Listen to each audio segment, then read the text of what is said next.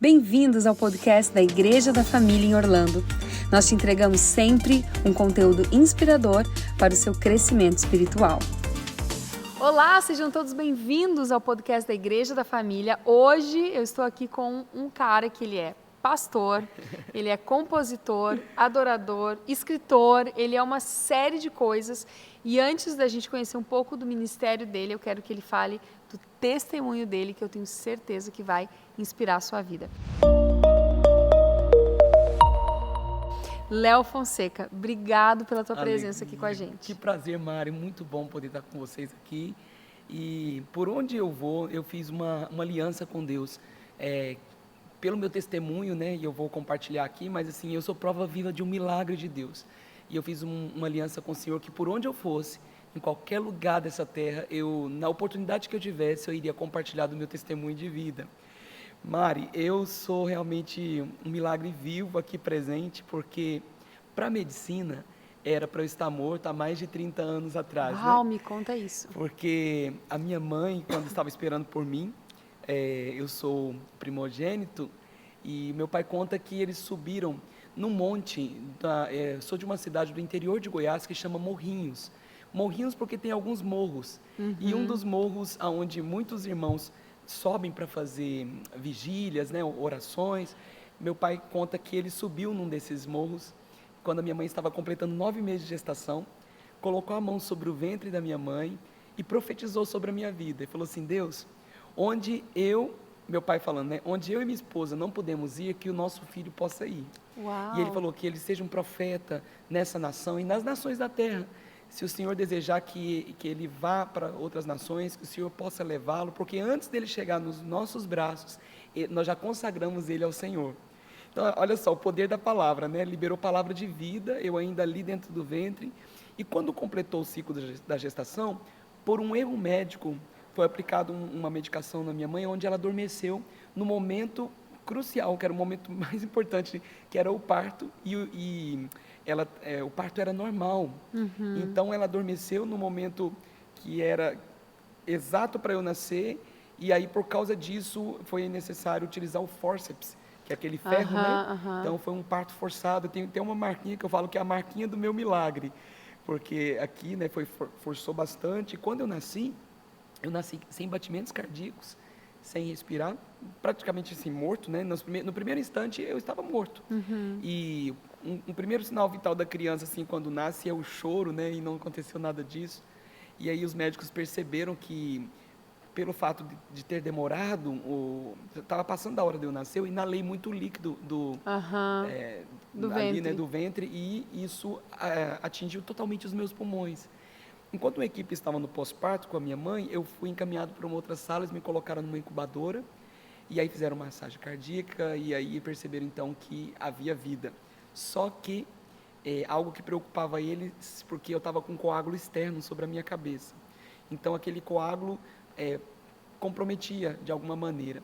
O médico então falou: olha, teu filho precisa ser encaminhado para um outro hospital que tinha mais recursos, né? E eu fui encaminhado para um hospital em Goiânia, em Goiás, que chama Hospital da Criança. E lá eu fiquei internado com aparelho respiratório, porque eu não conseguia respirar sozinho, né, por causa do meu pulmão que estava... quando eles fizeram um check-up, eles perceberam que um pulmão meu estava atrofiado e o outro estava atrofiando. Então, para a medicina era uma situação irreversível. Só que 7 dias internado, dependendo de um aparelho, todos os 6 primeiros dias, o estado crítico. Mas no 7º dia, quem estava me acompanhando era o Dr. Geraldo.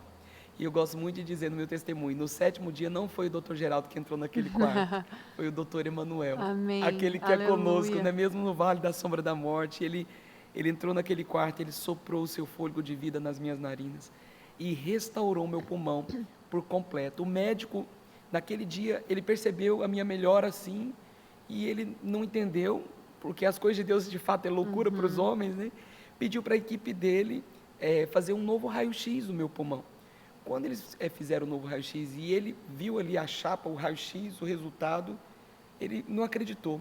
Imediatamente aquele doutor chamou os meus pais no consultório dele e falou assim: olha, se vocês acreditam em milagres, se vocês acreditam em algo sobrenatural, foi isso que aconteceu com a vida do seu filho. porque aqui aí ele mostrou primeiro o raio-x, né? Tá vendo essa mancha aqui que está tomado no pulmão direito e essa pequena mancha no pulmão esquerdo? O pulmão do seu filho estava comprometido e para a medicina era irreversível. Mas agora, no novo raio-x, está comprovado que os 2 pulmões do seu filho estão 100% limpos. Meu Deus! E hoje eu estou aqui, assim, né? Todo dia quando eu acordo, eu puxo um fôlego assim, e eu falo, Deus, obrigado, porque Tu és o meu fôlego de vida, Tu és o ar que eu respiro. E diante desse testemunho, Mari, Deus me deu uma canção que chama Autor da Vida. Essa é uma canção que, para a glória do Senhor, foi o título do meu primeiro álbum. E esse primeiro álbum, ele, no Brasil, ele foi disco de ouro, né? Nós vendemos mais de 100 mil cópias. E assim, eu sei que o mérito é dele, a glória é dele, a honra é dele, mas só Deus sabe. Essa canção tem um pedacinho que fala assim... Canta pra gente, então. O refrãozinho assim, Tu és o Deus em quem confio, Tu és o pão que me alimenta, Tu és o ar que eu respiro. Essa parte, Tu és o ar que eu respiro. Só Deus sabe, quando eu estou cantando isso, como isso é verdade para mim, né? Tu és o ar que eu respiro. Aí fala assim, minha esperança está em Ti. Aí o refrão dela é muito poderoso, que fala assim, não há outro além de Ti, não há outro Criador, não há outro além de Ti, não há outro grande autor.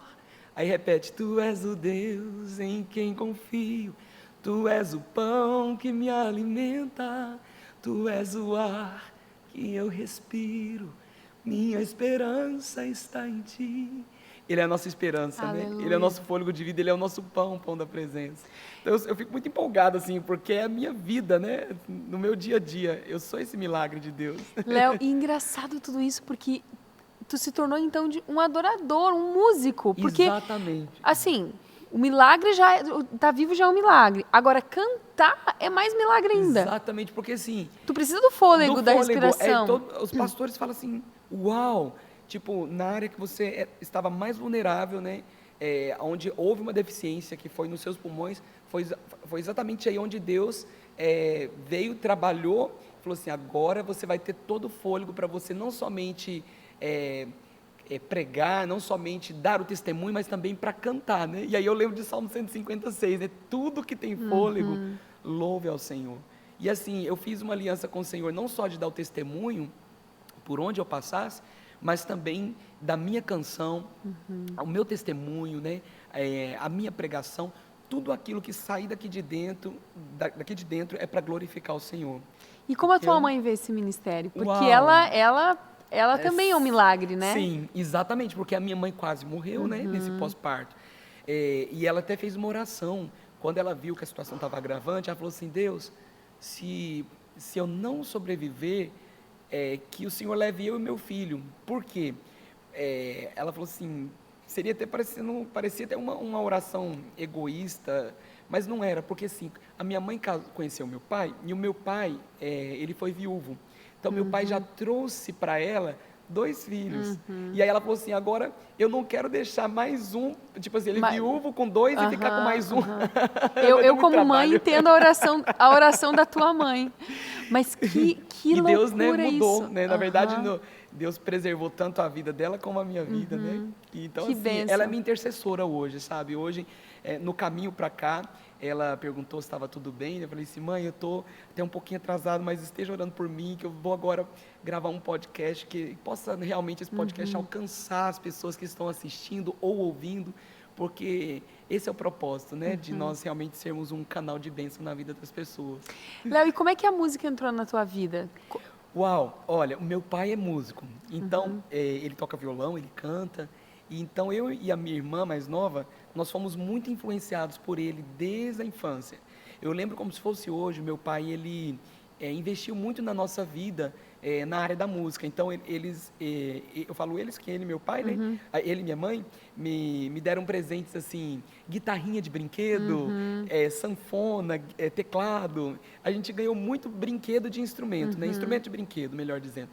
E eu me lembro como se fosse assim, aqui agora, porque isso foi tão vivo e tão real, para nós, as nossas brincadeiras da nossa infância, eu e a minha irmã, a gente entrava para dentro do quarto, fechava a porta, e ali a gente abria o nosso campo imaginário e a gente brincava de cultos, de cultinho. A gente falava, vamos brincar de cultinho? Olha que legal. Aí era muito legal, porque assim, aí a gente tinha uns instrumentos de brinquedo, aí a gente tocava, né, na nossa imaginação aqui, a gente estava tocando super bem, né, e cantando as canções que a gente cantava no culto das crianças na igreja, a gente levava para o quarto.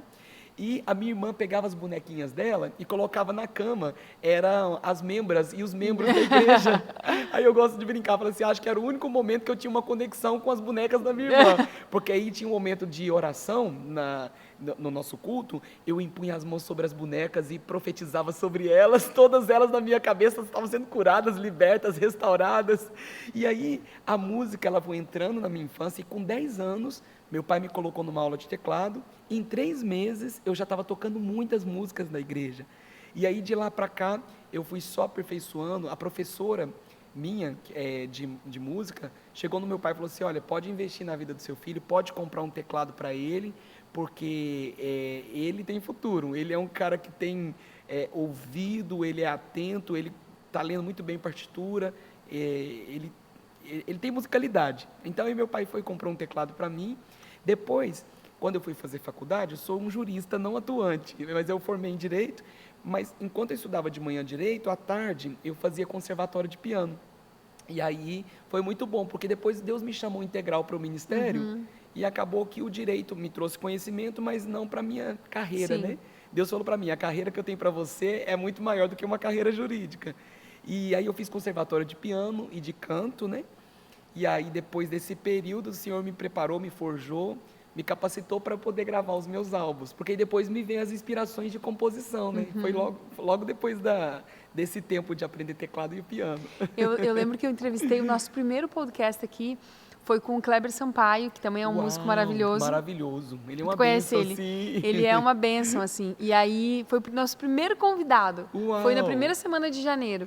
E aí, ele contou também o testemunho dele, de quando ele era criança, de que ele, desde criança, se criou na igreja, e as lembranças que ele tem da infância eram dentro da igreja, Dentro né? da igreja, né? E aí, depois, assim, eu fui entrevistando outros, aí eu entrevistei o pastor Assir Júnior, que é da Sociedade Bíblica do Brasil, e ele dizia, Mari, a primeira vez que eu preguei um sermão foi com 7 anos para o cultinho das crianças. Olha, eu que imitava o bênção. meu pai e eu pregava, né? E agora, ouvindo o teu testemunho também, desde criança, fazendo cultinho com as bonecas, eu fico pensando que coisa linda é ver as crianças crescendo no Evangelho, porque a gente ouve tanta história, né, Léo, de crianças que conhecem a Deus, mas na adolescência, na vida adulta, acabam abandonando a fé. Né? Abandonando. E é tão bonito ver que o teu testemunho desde o ventre até hoje, né? Sim, o legado que meu pai tem deixado para nós em vida, né? Graças a Deus, meu pai é saudável ainda. E isso é muito gratificante, porque hoje o meu pai ele está colhendo daquilo que ele plantou, né, lá atrás. E não só na minha vida, como já na segunda geração, porque eu tenho um filhinho de 7 aninhos, que em algumas agendas que eu vou, ele já canta comigo, já tem uma musicalidade, já tem uma percepção assim, espiritual, né, das coisas. Eu tenho assim, gerado no coraçãozinho dele esse temor e esse amor por Jesus, pela palavra, não de uma maneira religiosa, sabe, não de uma maneira assim, exigente, né, mas de uma maneira natural, espontânea, porque eu acredito que foi muito saudável para mim na minha infância, porque, por exemplo, a gente brincar de cultinho, é porque porque os meus pais são pastores, né? Então, eles já nos inspiravam. E aí, assim, nunca foi peso para eles, né? O chamado, né? Cumprir o ministério. Então, eu vendo isso inspirava tanto eu como a minha irmã, e a gente olhava para eles realmente como uma referência, até hoje são referências para nós, né? Falava assim, nossa, eu quero ser como meu pai quando eu crescer. Eu acho que esse é o maior orgulho para um pai, né? Eu lembro que o pastor Assis Júnior falou isso. Mari, eu com 7 anos, eu sentava, eu olhava meu pai pregar e eu dizia, um dia eu quero ser igual meu pai. Né? E agora tu dizendo, nossa, eu quero ser igual. E o teu filho te vê no ministério e diz, eu quero ser igual meu pai. Isso é maravilhoso. Não, meu filho esses dias atrás perguntou assim, papai, um dia eu vou poder gravar um clipe com você? Eu falei, claro, filho. Então, assim, eu não forço ele a nada, ele simplesmente me vê, né? Às vezes ali no meu tempo devocional, né, com o Senhor, lendo a palavra. Teve um dia que eu estava na sala lendo a Bíblia, ele era bem novinho, acho que ele tinha o quê? Uns 2, 3 aninhos, nem sabia ler ainda, mas ele já tinha a Bíblia do bebê. Aí quando ele viu que eu estava lendo a palavra, né, e a televisão desligada, ele foi para o quartinho dele. Aí passou uns minutinhos e ele voltou. Ele voltou com a biblinha dele, né, da criança, do bebê, sentou do meu ladinho e foi né, ver os desenhinhos da Bíblia, porque, ou seja, ele viu que a Bíblia é importante para mim, então fica sendo importante para ele também, né? Então a gente consegue, de alguma maneira, ser inspiração para os nossos filhos, né? E para uma geração, né? E eu vejo hoje, Mari, que nós estamos vivendo tempos tão difíceis, né? Onde os valores estão sendo invertidos, né? E as coisas, assim, infelizmente vão ficar piores, né? Então a gente precisa realmente, nós, como igreja do Senhor, como família, a gente precisa muito plantar essa semente da eternidade, né, no coração dos nossos filhos. Quando eu digo filhos, não precisa ser só filhos naturais, mas os filhos espirituais, né? Nós como líderes, você como líder, né, que você possa influenciar as pessoas a ter mais fome e sede pela palavra, né? Porque eu creio que vai cumprir a palavra, né, do profeta Amós, que diz, né, que haverá dias em que as pessoas terão fome, não de pão, e sede não de água, mas de ouvir as palavras do Senhor, né? Amém. Eu creio nisso. É isso aí. Léo, e aí, nesse meio do caminho todo, 2 livros, gente. Ele lançou 2 livros, um manual prático para equipes de louvor. Esse tá quentinho, esse aí saiu agora. Esse aqui saiu agora? Olha É. só. Vou fazer uma propaganda aqui já. E o outro, Adoração Completa.